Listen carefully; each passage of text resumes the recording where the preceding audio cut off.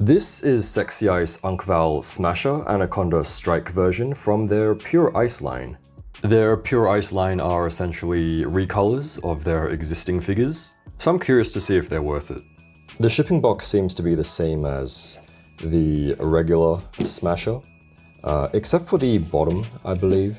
It does say Pure.Ice there, but otherwise pretty much the same. Mine did get a bit messed up, but figure's fine, so whatever.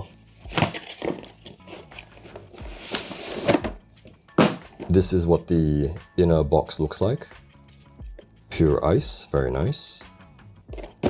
From the back, top, bottom, and sides. Sliding this thing out. Here we can kind of see the figure. The back. There's nothing on the sides.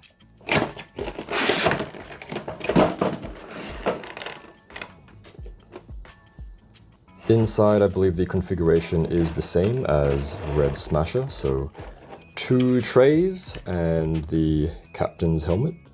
Instructions at the back, quite comprehensive, so first 3 pages.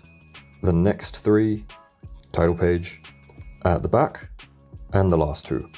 Spare wrist joints. A little tool to unstuck things. And I believe this is new, a Smasher card. This is the Smasher card up close. This tray has all his weapons and a stand and visor stuff. And of course the upper tray has the main figure and hands. Do make sure to check the contents before you open it up and tear the void seals. I've already opened him up, but usually he is in a plastic wrap and he will have some plastic protective bits between joints. Okay, so here is Anaconda Strike, Green Smasher. Let me know, what do you reckon so far? Do you prefer this look or do you prefer the original Red Smasher? Personally, I think, I don't know actually, it's although it is the same figure, just recolored, they do have a very different aesthetic, don't they? Mainly because this one, while it is green, it is a metallic green. And then the Red Smasher, he is kind of more like just bright, glossy red. So the whole finish is pretty different, I gotta say. Starting off from the top of the head, so helmet there, EAE. Don't remember what that stands for. Eliminate, assault, something or other, I don't know, whatever. There is a little anaconda symbol there for Anaconda Strike, so I believe that would be different between the two. On the other side, I think the little decals and stuff are exactly the same. So there's some chest armor there, which you can remove. We'll take a look at that later on. These things you can remove as well. Arms. So people were mentioning the gloves, like why does he have kind of red gloves? I think it works, I think it looks good because it does match his visor. But of course, if you do have the Eliminator, you can do a swap there as well to give him black gloves if you want to do that. So yeah, everything is quite neatly done, I think, although I'm just kind of looking at it through the camera. So yeah, don't really know what else to say, to be honest. From the back, I think everything should be the same. I am really liking the metallic finish though, so the green, it's not too bright, it's nice and subtle and dull, I guess. And then legs and stuff.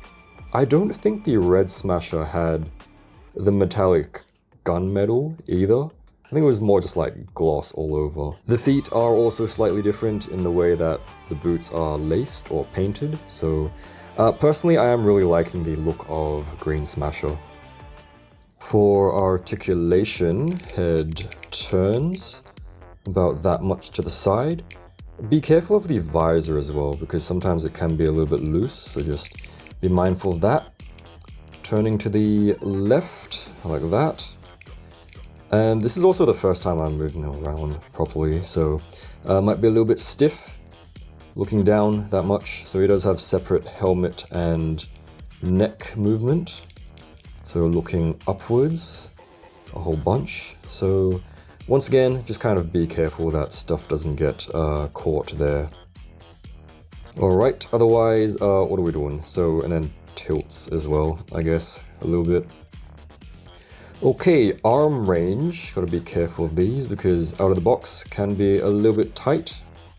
So depending on how the head gets in the way, he can raise his arm like so. All the way up, a little bit stiff there.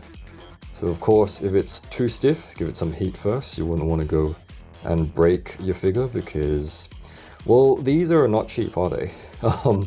So forward reach, about that much. So I think also be careful of the arm movement because it is kind of an angle, so it's not directly flush to the side, if that kind of makes sense. So see if I can give you guys a look. So it is kind of at an angle there, like going that way. Just be careful of how you rotate that. Otherwise, reaching forwards. Going to the back. So going backwards, not too much range because big bulky guy. So I'm wondering, I think maybe on like the Locust and stuff, they'll have butterfly joints perhaps to give a bit better range, but otherwise it can get gappy, but if you want to take photos or whatever from the front, just kind of rotate the shoulder pad to cover them up. So the shoulder pad is on a ball at the front there. So, oh, there goes the helmet. So the visor just popped off there. Anyway, shoulder pad is attached at the front there via a little ball, so you can just kind of move it around to cover any gapping that may happen. He does have bicep rotations there, so they do rotate all the way around. Kind of, are these double elbows? I don't know if they're double elbows, but it is good because it does cover the gap there. So unlike the Eliminator, you won't have any gapping there. Wrists, of course, can rotate and up and down, whichever way the joint is. So this is a floating piece as well. So when you take off the wrist, just be mindful not to misplace that, although it is a big piece, so I wouldn't worry about it too much.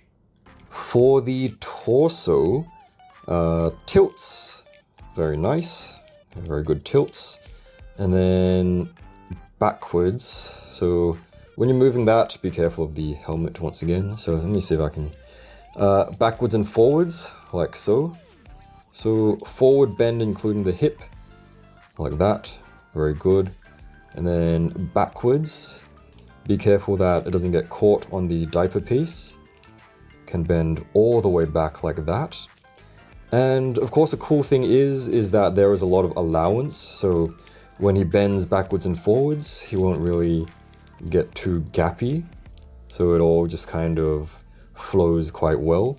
And especially at the back as well. So at the back, you'll kind of notice that the spine, well, up until a certain point, I suppose. So it kind of just looks like the spine is retracting and whatever the opposite of that is. Although it will get a little bit gappy if he bends forwards too much, and then you can see there is a ball joint in there. Rotations can just rotate all the way around. Same thing with the hip as well, I believe. Yep, although it is a little bit tight. It's very tight actually. Just be careful of that. And then the hip can kind of sway as well. So once you move it around a little bit, it gets easier, but once again, this is the first time I'm moving it, so a little bit of extra force is needed there. Diaper piece is a little bit soft, so it does allow for a little bit of leeway when he's moving. Legs will raise up to the sides, naturally like so. I believe that's all the way. Although of course you can just rotate this part. It is a separate piece, so you can kind of rotate that up a little bit more, and then thigh rotation there to give him a bit better split there. Kicking upwards, about that much. Kicking backwards, have to move that top piece there once again. So kicking backwards, he can kick all the way back, just like so. Coupled with his torso articulation, he can do some crazy high kicks as well for someone so beefy, so that is cool. Anyway, he does have double jointed knees, something like that. So the upper joint, of course, is there, and then the lower joint looks something like that. And then down here as well, at the boot, that can kind of rotate, very squeaky. So backwards and forwards to give a better kick there. And then you can rotate it if necessary. Boot, up and down, and then there is a toe joint, and you can rotate it, of course, if needed. Stand, very exciting, with a claw. Says Vermin on the base. SexyIce 2026. For hands, he's got default fists. Of course, they are kind of a metallic maroon, burgundy. He has a pair of holdy hands for his bat. He's got a pair of just widespread open hands. Trigger finger hands. And these ones, I believe, for holding the ball. Yeah, so these are a little bit different. This one does have a hole in it for the ball. And he's got one thumbs up hand as well. Guns do look very nice. He's got 2 of these. And you can take the ammo out as well. So very, very nicely detailed there.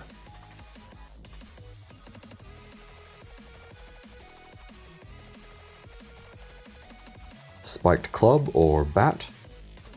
So how you get him to hold it is you take this bottom piece off. There we go.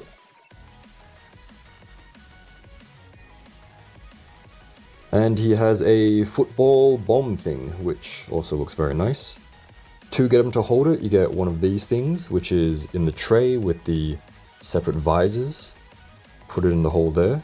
Get the hand with a hole, and then you can just plug it in like so.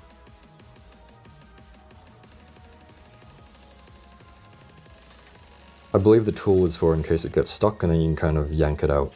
Or I suppose you can just poke it from the other side. By default, he's got this helmet with a plain red visor. Looks nice. He does have 3 visor swaps. Green clear visor. Oh, and to swap it, you just pop his head off, like so. Pull off the mouthpiece very carefully. And then the visor will come off, just like that. Red danger visor. And blue converge visor. A little bit hard to see, but you can shine a UV light onto them and they will kind of glow a little bit. Finally, we do have the captain's helmet. The eye is kind of recessed, so even when you turn it and move it around, it will kind of look like he's looking at you. He's got these shoulder guard things, which you can put on after removing these bits. Maybe this is what that's for, but I've never had to use it. Just pull them out, and then carefully plug it back in. So that's what that looks like. And without it, both sides all armored up.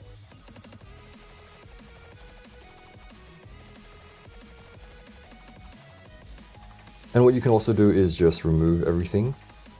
So these things off. And then you can take this off as well.